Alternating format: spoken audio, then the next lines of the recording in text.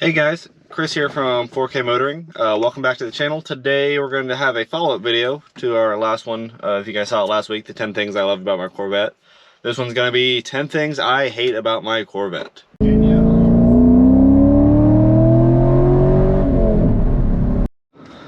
This video is going to be about my Corvette in particular, with its particular age, quirks, and modifications.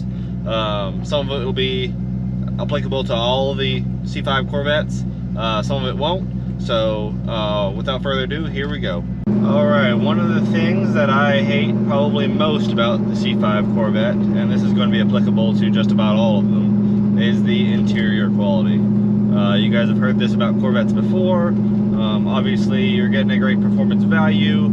As part of that, they do cut costs in some spots, and one of those spots is definitely the interior. There are squeaks, there are rattles, there's a cup holder that you can't actually put a cup in. This cup holder is terrible. You can barely fit a can in there, and even if you did, it's only about an inch, inch and a half deep. Did have to add these aftermarket ones to it to be somewhat useful, that cut into the passenger floorboard. There are kits that mount right back here that have a couple cup holders, but that's just kind of awkward for you. So that's really not ideal. There's panel gaps you can stick your fingers through. I mean, I don't know if you can see those well enough on camera, but I can stick my whole finger in that door gap on this side. These seams here, definitely 90s GM switchgear. Really just not great quality for the fit and finish. And again, at this price point, it really doesn't make it a big deal, but it is definitely an issue with the car that kind of keeps it from being something more. And that's not a sign of wear so much as just a design feature from the factory. I understand in the later Corvettes, 7th, 8th generation Corvettes, they've kind of put a renewed interest in quality to try and make, you know, a really competitive product to the European cars, but it's just not there in these C5s, and that is for sure. One thing I hate about my Corvette in particular is that the driver's side mirror, the gearing inside, I guess, is stripped. I know floppy mirror, or whatever it's called, does happen to these Corvettes, where the actual bolt inside that holds the mirror on gets loose and the whole mirror flops around. Mine doesn't do that. It's just the glass inside the mirror, every time I shut the door, falls.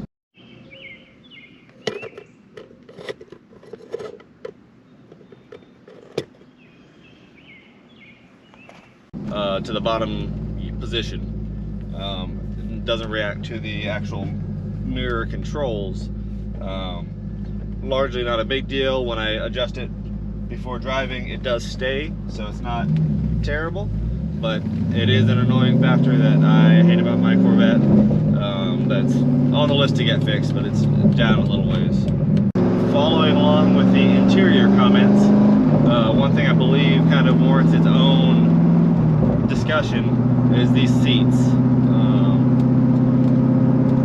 While they do have some cool features, the adjustable side wings, some of the adjustable lumbar and inflatable pouches that are inside, same with my C4, has some of those abilities. The seat quality, it's not ripped, but the actual mechanics inside of it did not weather, you know, the test of time too well. This car, on both the driver and passenger seat, the adjustment to move the seat forward and backwards, it's just like a little screw gear, a little worm gear, that has plastic washers on both sides of it inside of a bracket. Let's see if I can post pictures to it here. Over time, it seems like all of these Corvettes, those plastic little washers basically disintegrate, so there's a 1/4 inch or so of play inside that bracket, and that allows the seat on acceleration and braking to move forward and backwards. Not enough to be dangerous, not enough to be really an issue, but definitely enough to perceive, and enough to give you kind of that uneasy feeling that you don't know where it's going to be. Okay, here's what I mean about the seats. As they sit,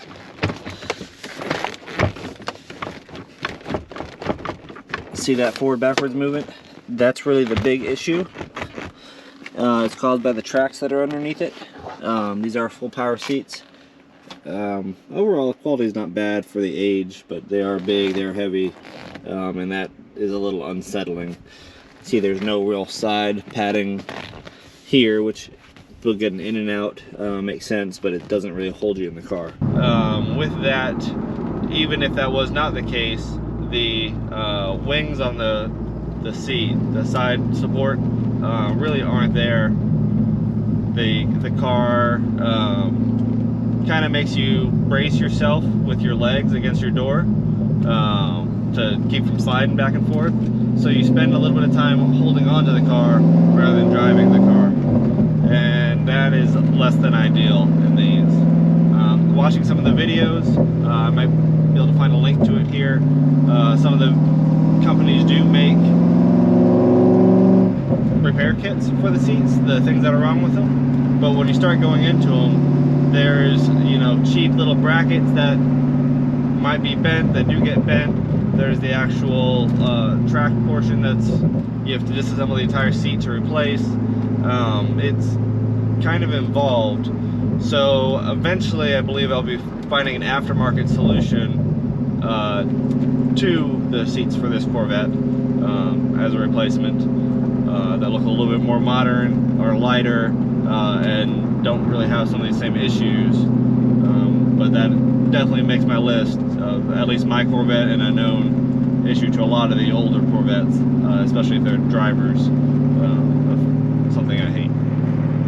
Something I hate about my Corvette, I guess it's a light hate, is just the front end feel.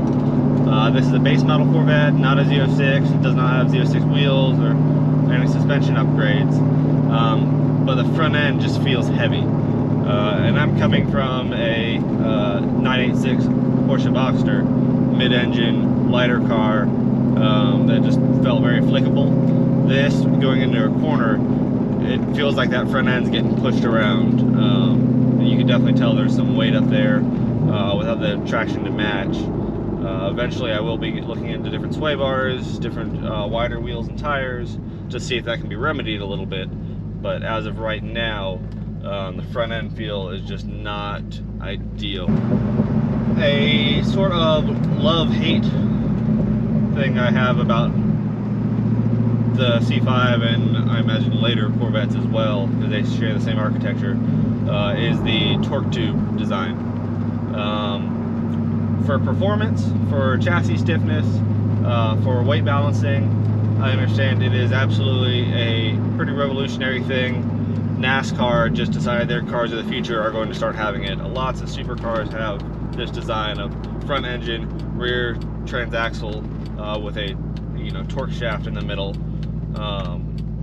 Overall, I don't think that's a bad thing, but in order to do a clutch or some of the maintenance underneath it, it requires you to drop the entire rear assembly out of the car, get the rear axle out of there, the suspension, that whole subframe, to get that torque tube back to be able to access those portions of the engine and clutch. So it turns what could be a fairly minimal job and pretty easy job into not that, if you've been following my channel. So that is something that it definitely has its benefits, but man, when you got to work on stuff, it really makes you think about it. And this next one comes as something that's a bit unique to at least my experience with the Corvette. I've had vehicles that were about this age in the past. Kind of uniquely, the weather stripping on this car has really suffered quite a bit. Some of that I think is due to this car spent the first 10 years or so of its life as a Texas car in the heat. Also, the fact that it has a removable roof, the weather stripping gets a lot of wear and tear on it that a normal car probably wouldn't.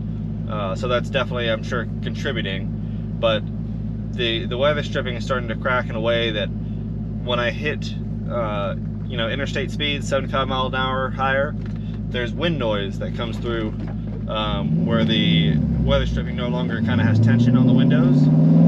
It's not enough to let water in or be, you know, an issue like that. But it is definitely a high-pitched noise near your ear, which, if you can imagine on a road trip, is really not ideal. There are replacement kits for the roof. There's replacement kits for the rear section, the little pieces. I guess GM is, from what I hear, one of the only companies that makes that the front loop around the windshield if you need that, and that can get kind of pricey. So those are mods that I'm sure will have to be done eventually. See if there's a way I can kind of plump those up. There are ways to adjust the windows, both their travel, their height, and their angle in and out. And looking at them, I don't think that's the issue. I think it is just the weather stripping failing. So we'll go ahead and address that as we go. But as of right now, it's definitely an annoyance and something that I hate about my Corvette. One of the things I hate about this car, part of it's been remedied, part of it hasn't, is the reverse solenoid and some of the solenoids in the transmission. The transmission from the factory has a efficiency system called CAGS, computer-aided gear selection. Was in a couple generations of Corvette. Basically, if you're accelerating very slowly from a stop, it makes you shift from first gear into fourth gear, locking out the second and third. The owner before me went ahead and did the mod for this transmission, kind of unplugging and putting a dummy plug in that CAGS system jack in the transmission. So mine doesn't do that. The thing it does still do is the solenoid that locks you out of reverse won't let you in until you are completely stopped. So if you're just rolling forward a little bit, trying to get it in reverse, you know, clutch in order to get, you know, going backwards, it doesn't let you do that until you're completely stopped. So you end up, you know, not changing directions quickly, but completely stopping in the middle of the roadway, and I'm not a fan. Another thing that bothers me about this car is the rear hatch, and in particular how it closes. I know the C6 got a little extra attention to this, but with the doors closed on this car, you go to close the trunk, and the air cushion that's created inside the car, the air pressure, really makes it difficult for the trunk to close, which by itself wouldn't be an issue, just closing it slowly and pressing on it to latch it, because that works pretty well. It wouldn't be a huge issue, except if you do have a door open or the roof off, then it just slams down. So it's not consistent, and I think that's probably my biggest issue with it, because either way you can probably make it work. I know some other vehicles, especially the electronic latches, you're not supposed to drop anyway. This is not quite the case from what I've read, but it's still, like I said, just one or the other would be fine. The C6, I know they paid attention to that trunk venting to try and make that not an issue anymore, with varied levels of success, but at least it was a big enough complaint for them to make note of it with the redesign. So that definitely makes the list of, you know, one of the things I hate about my car. More of a minor annoyance, but still an issue with the car. One thing that kind of annoys me about this car, it has the fancy technology of the heads-up display, but when you're wearing polarized sunglasses, you can't see it. I don't know if in the 90s when this was being designed, if polarized sunglasses just weren't a thing.